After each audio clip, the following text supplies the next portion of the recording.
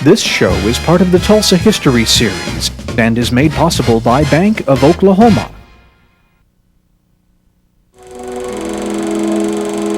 There was a Tulsa fiddler who made the country dance, an oil man named Gilcrease who gave us art, and a hurricane who gave us thrills.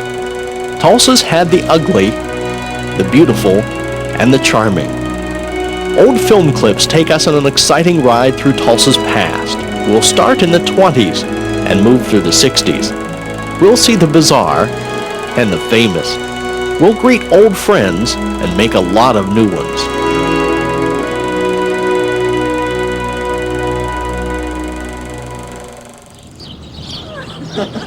By the 1920s, many had found Tulsa to be the land of opportunity.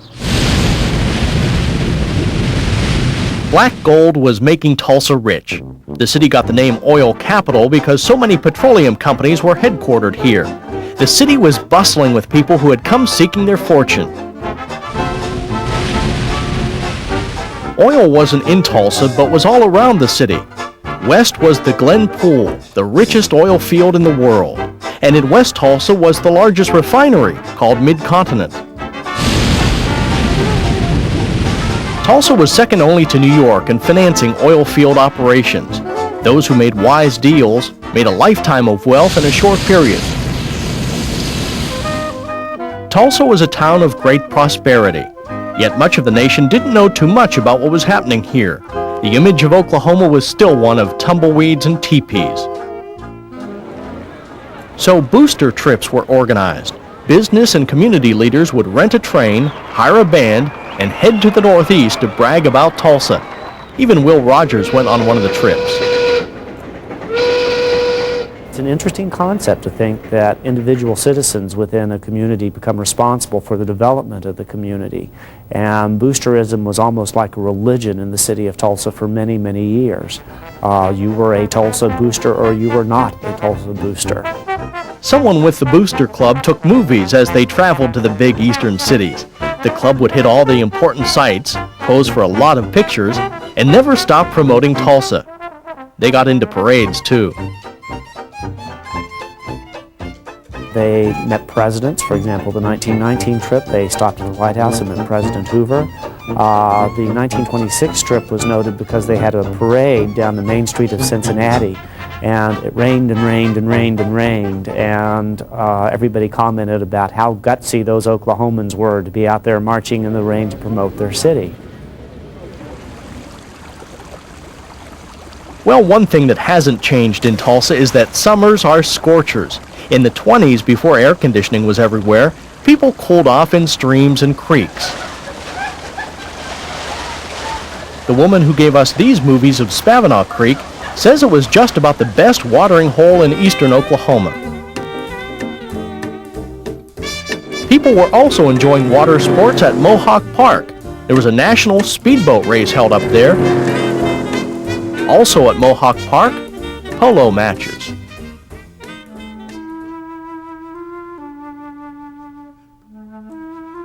The 1920s brought one of the darkest chapters in Tulsa history. There was racial bitterness, and the KKK was extremely active here. Things came to a head on May 31st, 1921. An incident in a downtown elevator between a black man and a white woman set off a race riot. White mobs moved into the black area known as Greenwood, just north of downtown. There was a lot of shooting. Homes and churches were set on fire. I recall seeing a lot of smoke and hearing a lot of gun reports firing all over the city of Tulsa, especially in the direction of that hill, Standpike Hill. The Burns family joined hundreds of other blacks who fled Greenwood to get away from the rioting. They took shelter in wooded areas.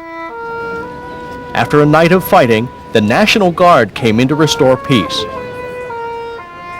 And the next morning, bright and early, there was several trucks that pulled up and looked like soldiers. And they got out and hollered down there, "Hey, who's down there?" Nobody said a word. Everybody got damn quiet, see?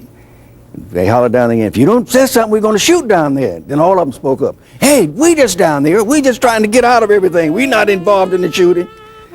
He said, well, you better come on out. Blacks who had taken up arms to protect their families were arrested for incitement. They were jailed or taken to the county fairgrounds and tagged for identification. It was one of the worst race riots in U.S. history. The city put the death toll at 36, but the Red Cross claimed the number of dead was more like 300. 35 blocks of Greenwood were in ruin. Churches were destroyed. Thousands of black families were homeless. Well, they lived in tents.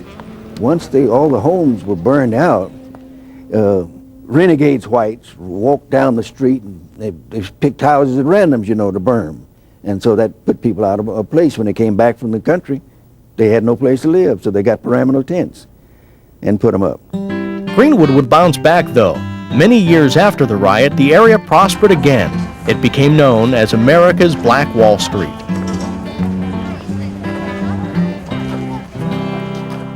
Several years after the riot, Tulsa got some favorable national attention.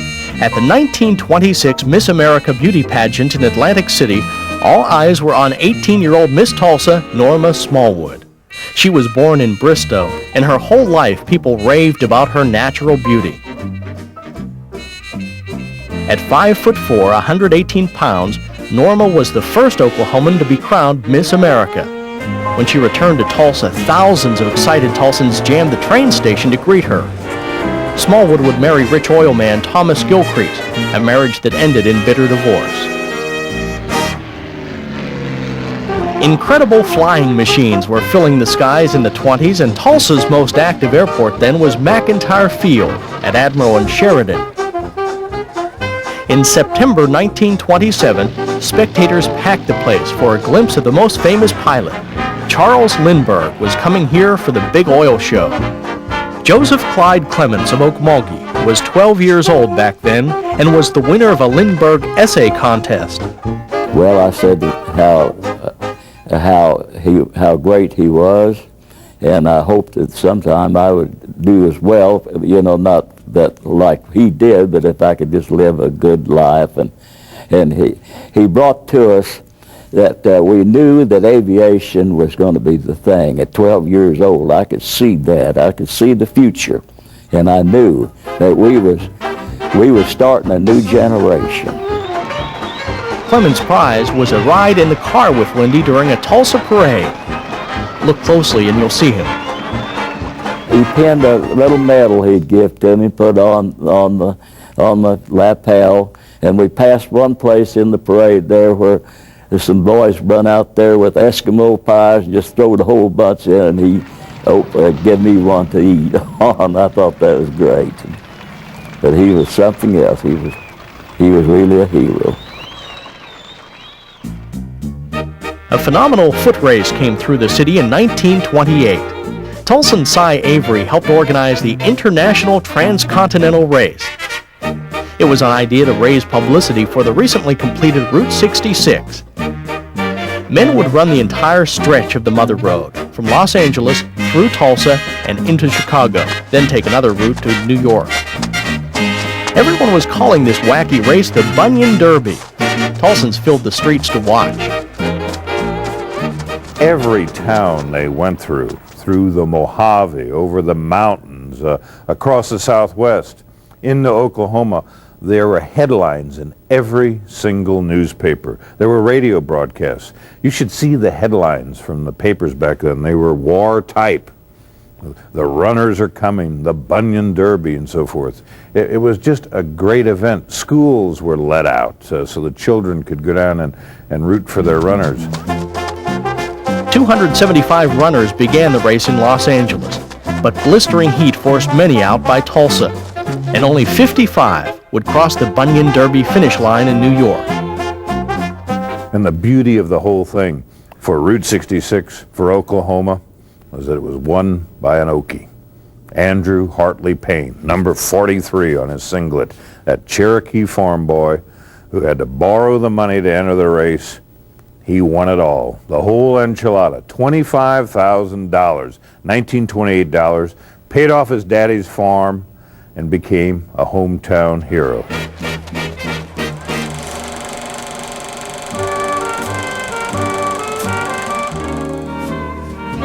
The 1930s brought depression and dust to Oklahoma.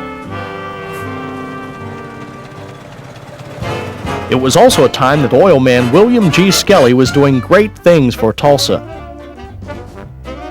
Born in Erie, Pennsylvania, Skelly was one of Tulsa's most prominent citizens.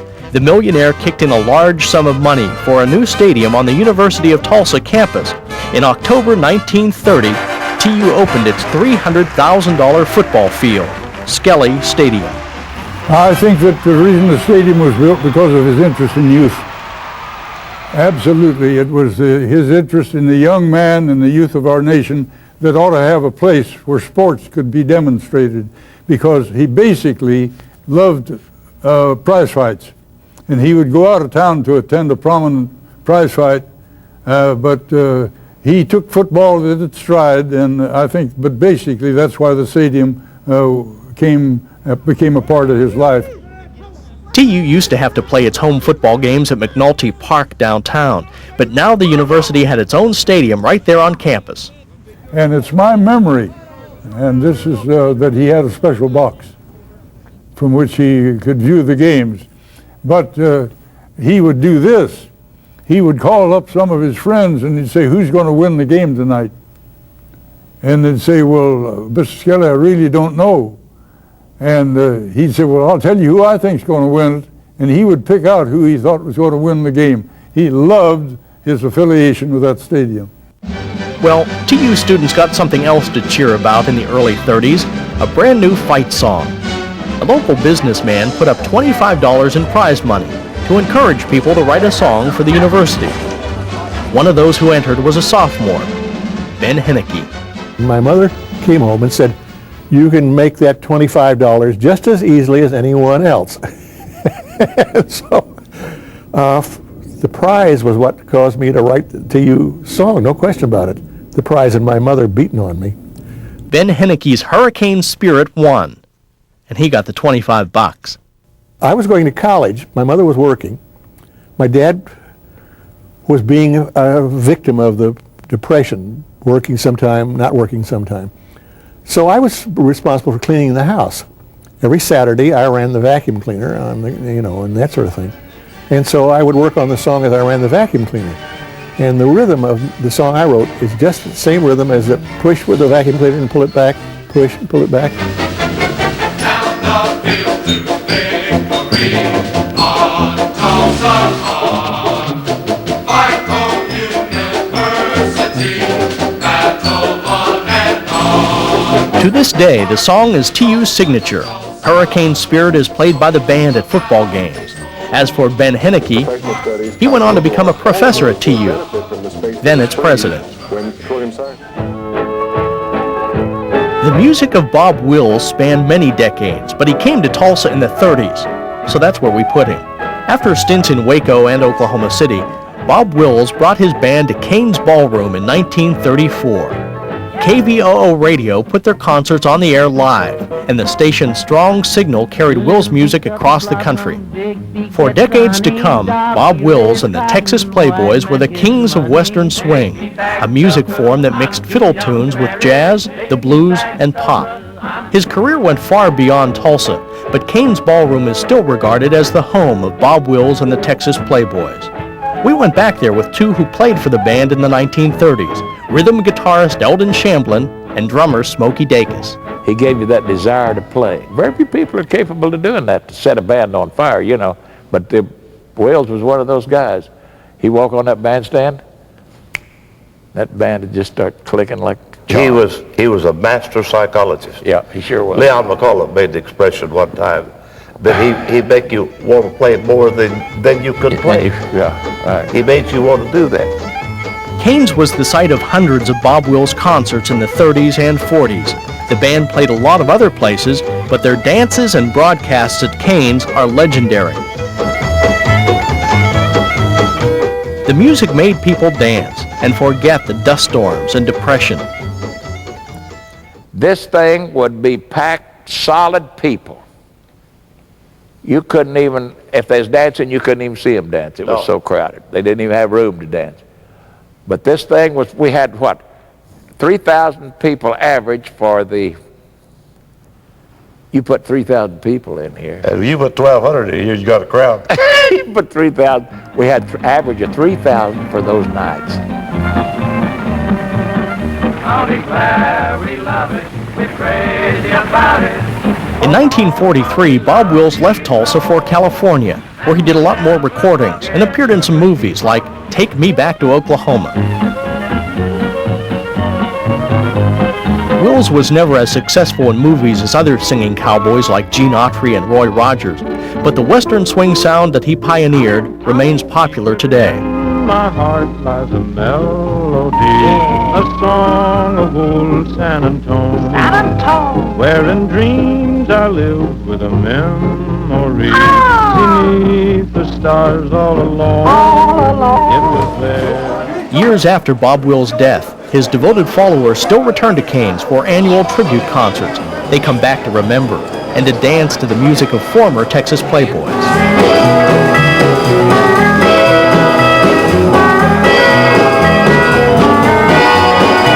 We grew up dancing, and that's all we knew, and so we just so look forward to Thursday and Saturday nights, and I said I spent my young life up here dancing, and we'd dread to see 1 o'clock sun, that'd be the end of the dance.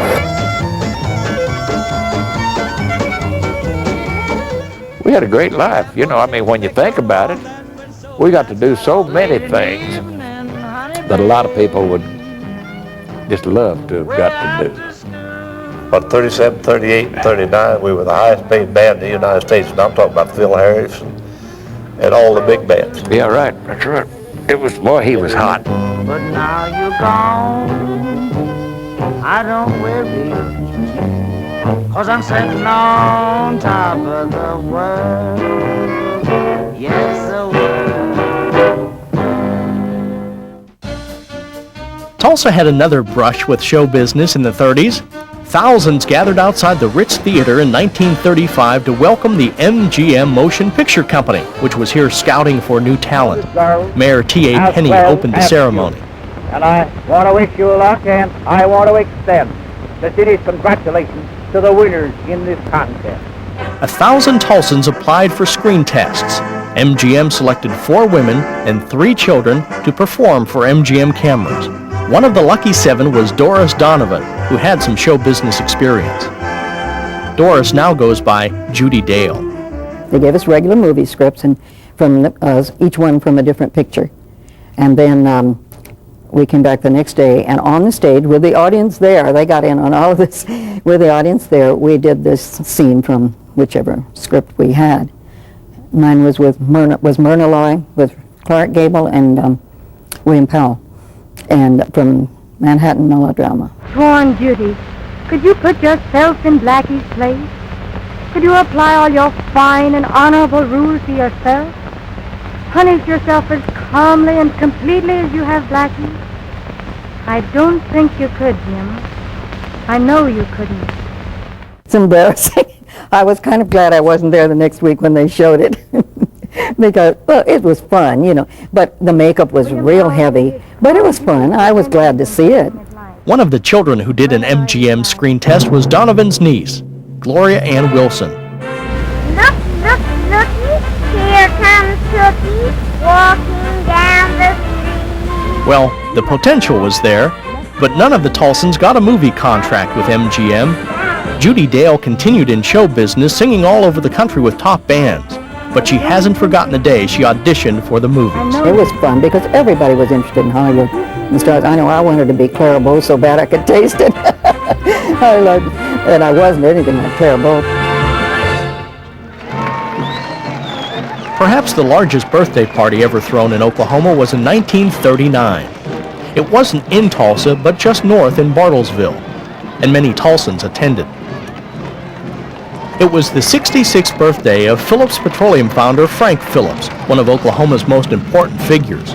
66 is an important number to the company and to Bartlesville, and the town had a blowout of a party when Uncle Frank turned 66. Practically every business closed, and thousands of employees turned out for a parade in his honor. Uncle Frank's address to employees was carried live on national radio. I see this crowd, and I saw this parade today. The inspiration brought youth into these old bones, and I said, boys and girls, I'm going to start out now and do something worthwhile, I think. Frank Phillips lived to have 10 more birthdays, but it would be tough to beat the one in 1939 when a good part of the state helped him celebrate.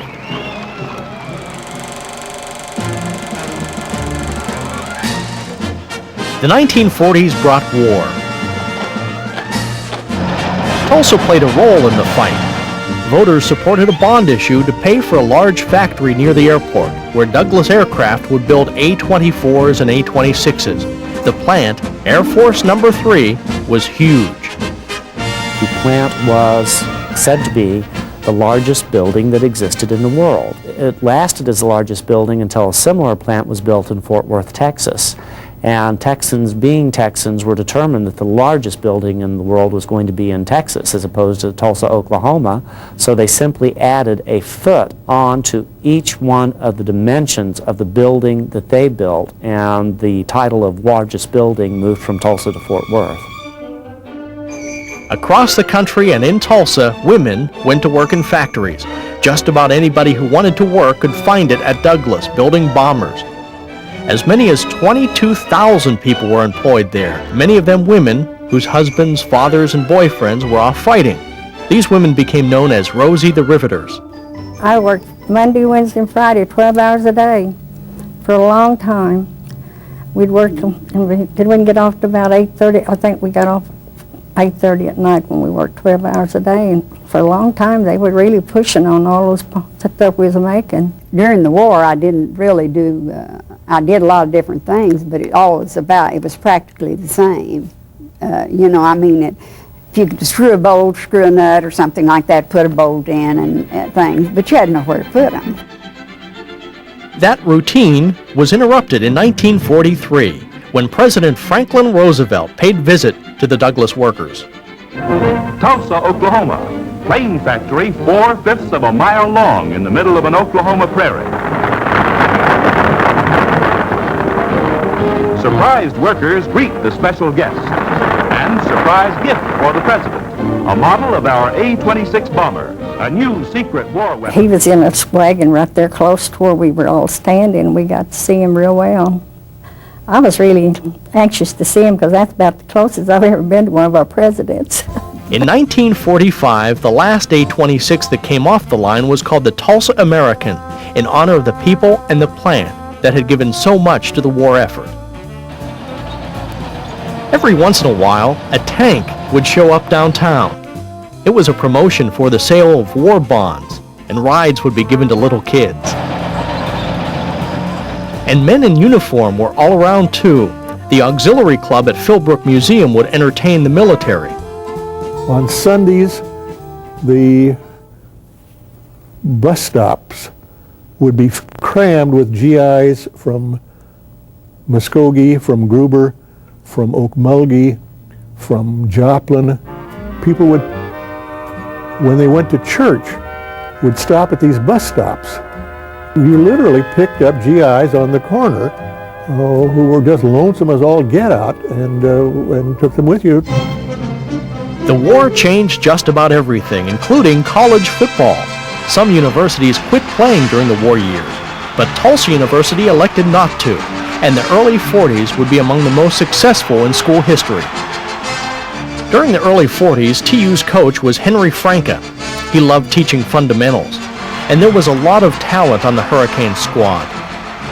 One standout was Glenn Dobbs, a youngster from Frederick, Oklahoma, who was an extraordinary passer and kicker.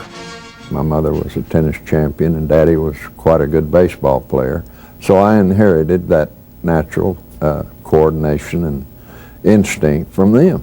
And not only that, my dad wasn't too crazy about football, and he said if you get a hold of it, you better kick it and throw it so they won't hit you.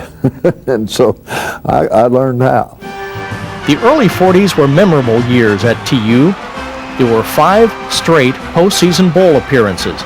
Glenn Dobbs was setting passing and punting records and getting national publicity. And the game plan was surprisingly simple then. I remember sitting in my first quarterback meeting, and he said, now you all know what color shirts they're wearing against us this week. We were working on defense and trying to figure out what the other team was going to do. And we said, well, yeah, they're wearing red shirts. And he said, well, now, Glenn, you hunt those linebackers up and make sure they got on red shirts and don't throw the ball to them. That was absolutely all the pass operation that we looked at. You talk about reading defenses and all that stuff they do today. We just didn't throw it to the guy with different colored shirts. With World War II on, many Hurricane players, including Dobbs, joined the military reserves. This allowed them to play football until called to duty. In 1942, Tulsa won all of its regular season games, including big wins against Oklahoma A&M, Arkansas, and OU. This undefeated season earned TU a berth in the Sugar Bowl on New Year's Day 1943 against Tennessee. Coach Franca had taught us to be calm. Unlike today, we didn't put on shows or anything. If we made a touchdown, we handed the ball to the referee or laid it on the ground, and we walked back to the huddle. His theory was you walk into the huddle, you walk up to the line of scrimmage, and then when the ball is snapped, you let her go, full speed. One of Tulsa's great games in the 40s was the 1945 Orange Bowl. Glenn Dobbs wasn't on the team anymore, but the Hurricane went on to smash Georgia Tech. Tulsa was wearing its old red jerseys. He fakes a pass and hands the ball to Shedlowski on a Statue of Liberty. He tears wide around left end. Matthews is after him, but it's too late, and he's over for another score. The 40s were glory days on the gridiron for TU, and Glenn Dobbs, who many believe was their greatest player of all time, would become head coach in the 60s.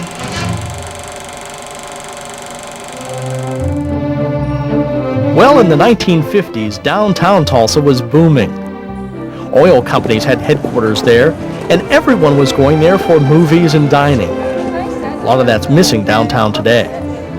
The other thing missing now, window shopping. There were Clark's, Renberg's, Palace, Wolf Brothers, all men's clothing stores, Halliburton, Abbott, Vanderveers, Stewart's, Seidenbach's for women. You could spend all day downtown and not see near enough. Now you go downtown in the evening, there's nobody there. Well, one day in 1952, there were more kids than usual downtown. It was the Catholic Youth Parade. Since Catholics aren't large in number in Oklahoma, they wanted to show their strength.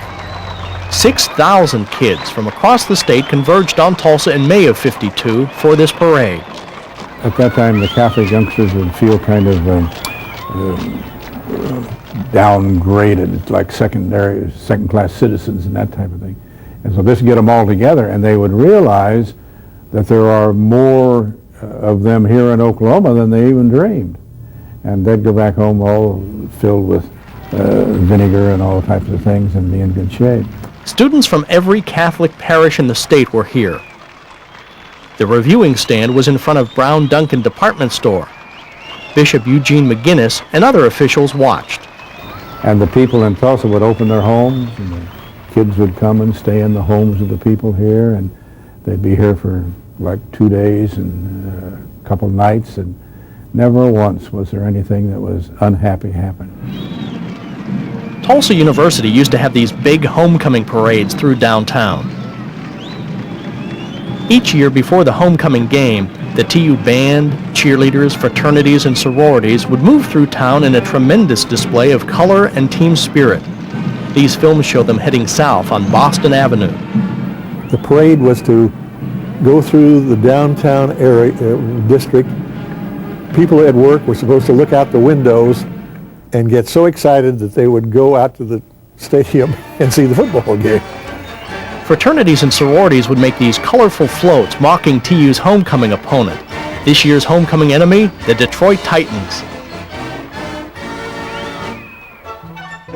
In May of '52, the city's first suburban shopping center opened on the southeast corner of 21st and Utica. This village of shops was called Utica Square. There were a lot of skeptics who doubted that shoppers would ever leave downtown. Well, a successful downtown clothing store, Renberg's, was one of the first to expand into Utica Square.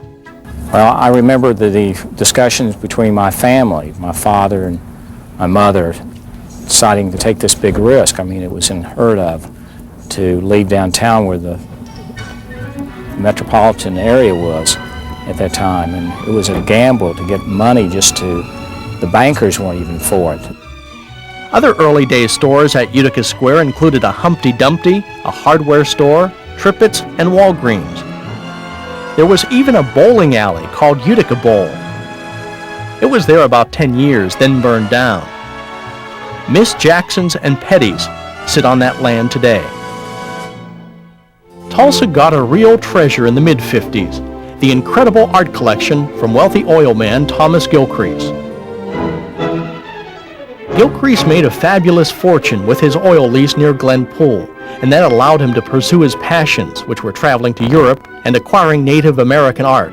He amassed a Western history and art collection far above any in the world. Tom Gilcrease was an artist without a brush, and he painted with his ability to develop and to acquire. And the ability to acquire was the greatest ability that he had. Gilcrease built a museum next to his home, but soon his oil company had financial problems. He needed $2.5 million. The only way to get that kind of money was to sell part of his art collection. Tulsa stepped in and passed a bond issue to give Gilcrease the money he needed. In return, Tulsa got the art. In a ceremony on the museum lawn in 1954, Gilcrease deeded his museum and contents to the city. Later, Gilcrease paid back to the citizens the $2.5 million. The bottom line, Tulsa got it all for free, the world's most exhaustive collection of Western history and art. When he died, the average person does not know. We could not inventory the Gilcrease Institute belongings for 10 years. It took that long to actually inventory what was in storage. There was a terrible twister in 1955 in the central Oklahoma town of Blackwell. Tulsans could see the damage on their TV sets. The tornado was incredibly destructive. It was on the ground less than a minute, but wiped out 29 square blocks of Blackwell. It sent 400 people to the hospital. 21 were killed. KOTV sent the late Hugh Finnerty to the scene. You mentioned a few moments ago that some of the most freakish things that you can ever find happened here in this tornado. One of them was the car that was blown on top of a house. Yes, we have a pickup about 2 blocks from here sitting on top of a house.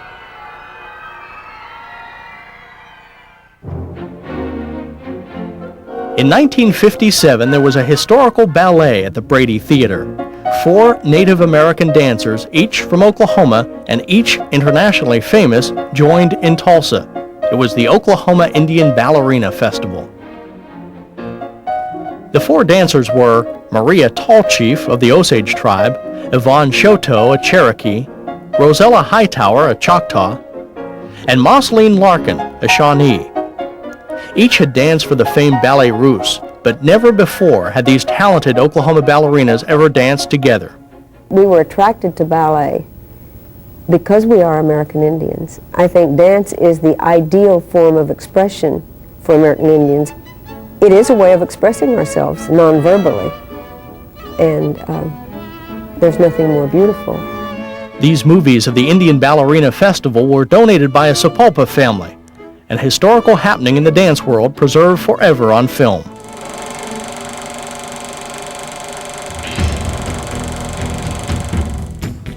These scenes were typical in the 1960s. People were in the streets protesting segregation. They wanted to stop the discrimination and unfair treatment of blacks.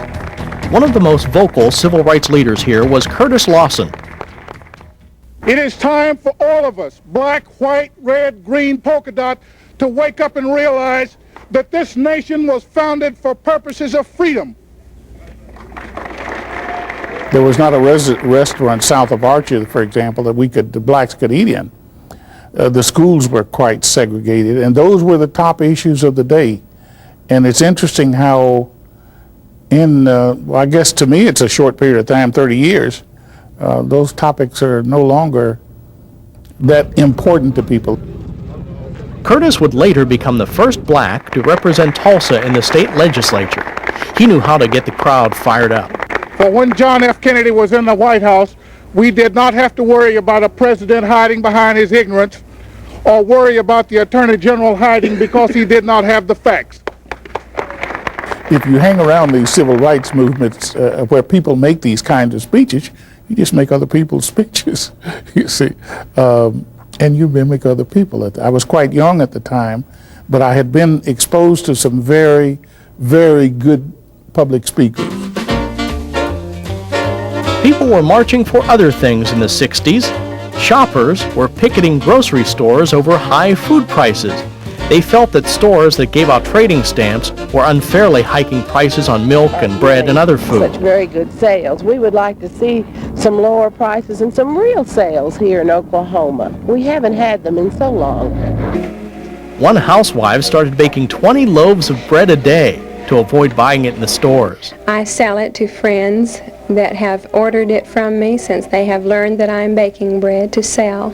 And they are also refuse to pay the high prices for bread. That's correct. Many of my friends are also baking bread for their families. Those that don't or can't are buying it from me. In the 60s, an odd-shaped hotel was built at Interstate 44 in Peoria. It looked like a castle and was appropriately called the Camelot.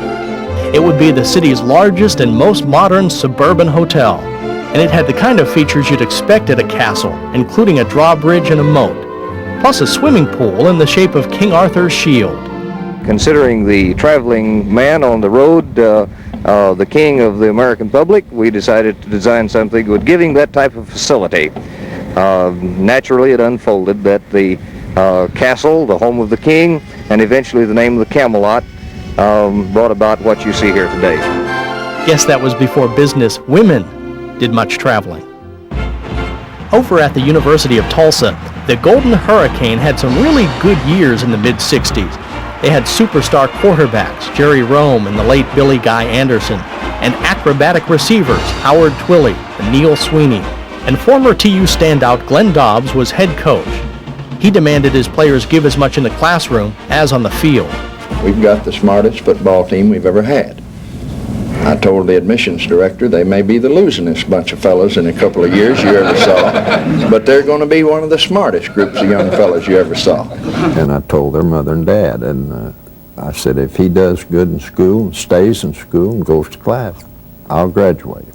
If he doesn't, I'll send him home. One kid said, well, you can't do that. That's illegal. The NCAA won't let you send me home. I said, don't try me, son. The players were smart and good, appearing in the Bluebonnet Bowl in '64 and '65. The Hurricane was one of the top passing teams in the country. You will have an interesting and exciting team. I promise you that we won't pass until we get the ball. We'll just as soon as we get it, we'll throw it. You go out there to a game, I don't care who's playing, and everybody in the stadium will stand up and go, ooh, at a 50-yard pass, whether he catches it or not. They like to see the ball in the air. Well, it wasn't just football exciting us in the 60s. An Oklahoman won the Miss America crown in 1966. She was Jane Giroux. Even though she was from Laverne, Oklahoma, Tulsans celebrated with a big parade and a serenade. I'm gonna sing a brand new song for Jane, a symphony that simply never do. I think if any goal it is to live up to the standards that have been set by former Miss Americas and try to contribute in some small way to the ideal American girl, which is the idea of this beauty pageant. Oh, I wouldn't say Jane went on to become a news anchor in Oklahoma City. About it, but I was excited last year. Lots of VIPs visited in the 60s. President Lyndon Johnson was here to dedicate the industrial park in Pryor. He arrived at Tulsa International with Lady Bird and couldn't resist taking a jab at Republicans. Now, really, I would have waited until after November to come by Tulsa, but I was afraid that there might not be any Republicans around here after November. Laughing good-heartedly in the background is former Tulsa Mayor Jim Hughley, a Republican. The visit was on the eve of Johnson's birthday. Tulsa entertainer Anita Bryant gave her wishes. Happy birthday, President Johnson. Happy birthday to you. I hope this is all right, Mrs. Johnson.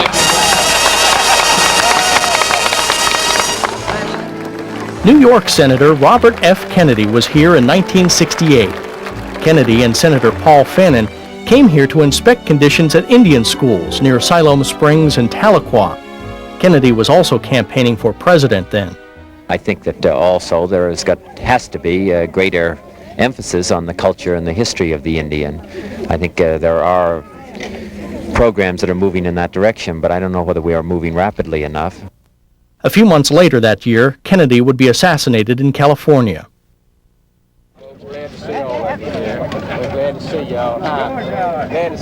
1968, Alabama Governor George Wallace came here when he was running for president as a third-party candidate. Well, my purpose in coming to Tulsa is the same purpose we go to any other city. We want to speak and see what sort of support we have, and we feel we have excellent support in Tulsa.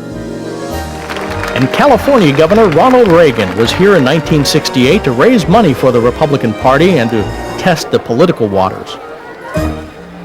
The credibility gap in Washington is so great that the other day they admitted to it, hoping we wouldn't believe them.